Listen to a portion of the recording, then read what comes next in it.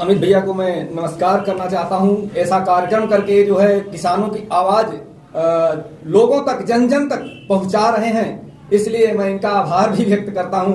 ये बहुत ही सराहनीय कार्य हमारे किसान भाइयों के सहयोग में कर रहे हैं।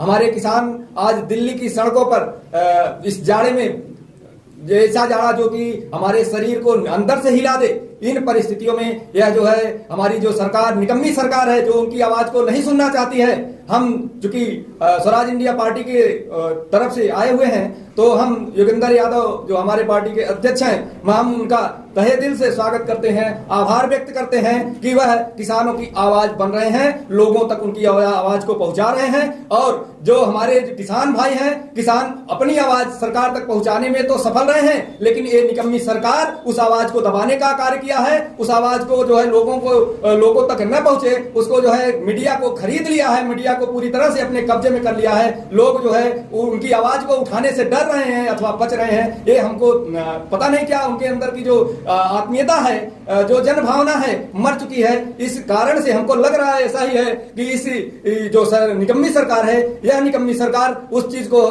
लोगों तक, जन जन तक न पहुंचने देना चाहती है, क्योंकि वह जो कोरोना का एक बहाना ढूंढ लिया है, एक उसके पास एक अस्त्र ऐसा आ गया है कि कोरोना काल है, ट्रेन को बंद कर दिया है, रोडवेज को बंद कर दिया है। इन सब चीजों को बंद करते हुए किसानों की आवाज को दबाने का काम किया है। लोग वहां तक न पहुंच पाए, पुलिस की व्यवस्था किया है। वह अनैतिक तरीके से अनेक प्रकार के जो है तरीकों को ढूंढ करके लोगों की आवाज को दबाने का काम कर रहे हैं, जो कि नहीं चाह रहे हैं। अगर तुम किसान के 3 बिल ले आए हो, जब किसान नहीं चाह रहे हैं तो उसको क्यों देना चाहते हो? ये तो समझ के परे है। अगर ऐसा हो रहा है तो स्वाभाविक रूप से ये चीजें गलत हैं, ऐसा नहीं होना चाहिए। इस सरकार को जो है अपनी आवाज, जो चीजें हैं, जो नहीं चाह रहा है तो क्यों उसको थोपना चाहती, क्या करना चाहती है? जब ये सरकार ऐसी सरकार है कि लोगों को उनकी बातों को दबा करके नई चीजों को ले आकर के थोप देना चाहती है। जैसे क्या हुआ, किसानों के पास नहीं चाहते हैं तो किसानों के 3 बिल ले आके थोप दिया। इधर श्रमिक अधिनियम अमेंडमेंट बिल ले आई। मतलब क्या करना क्या चाहती है, ये तो समझ के परे ही है। इसलिए हम यही चाहते हैं कि स्वराज इंडिया पार्टी अथवा हमारे जितने भी विपक्ष के नेता हैं, विपक्ष के लोग हैं, वह इनकी आवाज बने और बढ़ चढ़ करके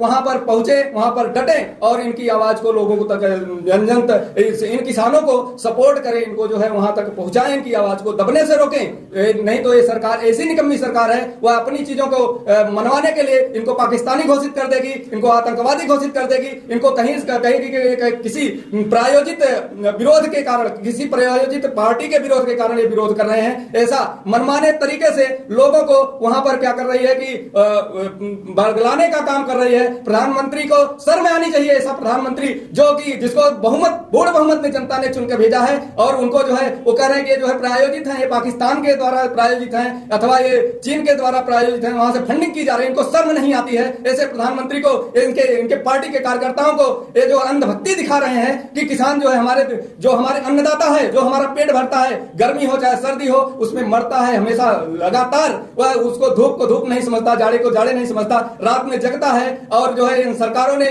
उनको दुख के सिवा अभी तक कुछ दिया नहीं है। चाहे वो हमारे योगी जी हो, इनको तो शर्म आनी चाहिए। सांड इनके जो है हम बना तो दिए, गौशाला बना दिए, लेकिन अभी भी किसान भाई उन सांडों से जो उनके खड़ी फसल को आकर के तबाह करके चले जा रहे हैं। इन्होंने कितना अभी तक कार्य किया है, इस पर कुछ भी नहीं किया है। जो जरूरत जो वहां पर गौशाला में खर्च कर रहे हैं, उसमें भी तमाम धांधलियां हो रही हैं। उन धांधलियों को रोक नहीं पा रहे हैं और किसानों को आए हैं, उनको चरित्र सिखाने के किसान जो है बरगलाया गया है। तो इन सब चीजों को ध्यान में रखते हुए हमारी पार्टी है और हमारे जो जिला अध्यक्ष हैं, प्रदेश अध्यक्ष हैं, जो भी लोग हैं, इन सब चीजों को बड़े जोर शोर से उठा रहे हैं। और अमित भैया ने जो ये ऑनलाइन की सेवा, मतलब लोगों से लाइव जुड़वाया है, ये तो बहुत ही सराहनीय कार्य है। हमारे किसान भाइयों को इन सब चीजों को, इसकी बहुत ही तत्काल जरूरत थी, जिसके कारण से आज हम लाइव होकर के लोगों तक अपनी बात, अपनी आवाज, अपने लोगों की जो दिक्कतें हैं उसको पहुंचा रहे हैं। ये सरकार लगातार निरंतर रूप से लोगों का शोषण कर रही है, शोषण करने का काम कर रही है। लोगों से जो हमारे पुलिस विभाग हो अथवा जो अधिकारी वर्ग है, उनके द्वारा जो किसान दबाया जा रहा है। किसान हमेशा से जो कि अपनी मुखर बात वो करने के लिए तभी निकलता है जब उसको जो है ज्यादा से ज्यादा ताड़ना दिया जाता है, ज्यादा से ज्यादा दबाने का काम किया जाता है। इसलिए हम इन किसानों के समर्थन में अपनी बातों को यहां तक रखते हैं और जो है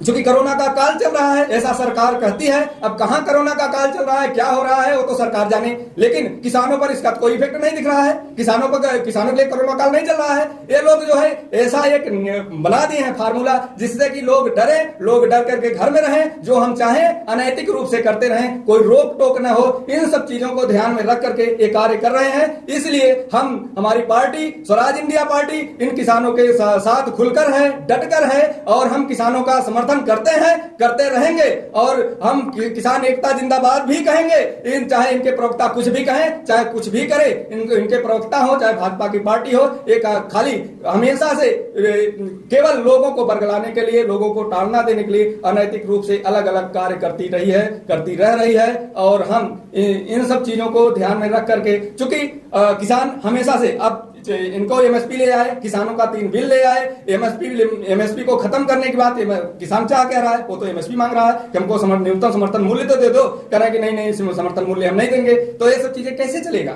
ये सरकार जो है निकम्मी इसको कहा जाएगा, इसके अलावा कुछ भी नहीं कहा जाएगा। इन सब चीजों को ध्यान में रख करके हम लोग इनका किसानों का समर्थन कर रहे हैं, और हमारी पार्टी भी कर रही है। हम लोग, चूंकि योगेंद्र यादव जो है लगातार निरंतर रूप से किसानों के बीच में है, और वह अपनी किसानों की बात को लोगों तक पहुंचा रहे हैं। इन्हीं सब चीजों को हम उनका समर्थन करते हुए किसानों का अपनी बातों को विराम देता हूं। और भैया, हमारे जो अमित भैया हैं, इस कार्यक्रम का प्रायोजक हैं, प्रायोजित कार्यक्रम इनका है, और इन्होंने आज हमको ऐसा मौका दिया कि हम लोगों को किसानों की आवाज बन सके, किसानों तक अपनी आवाज पहुंचा सके। अपने समर्थन में हम इनका आभार व्यक्त करते हैं। धन्यवाद।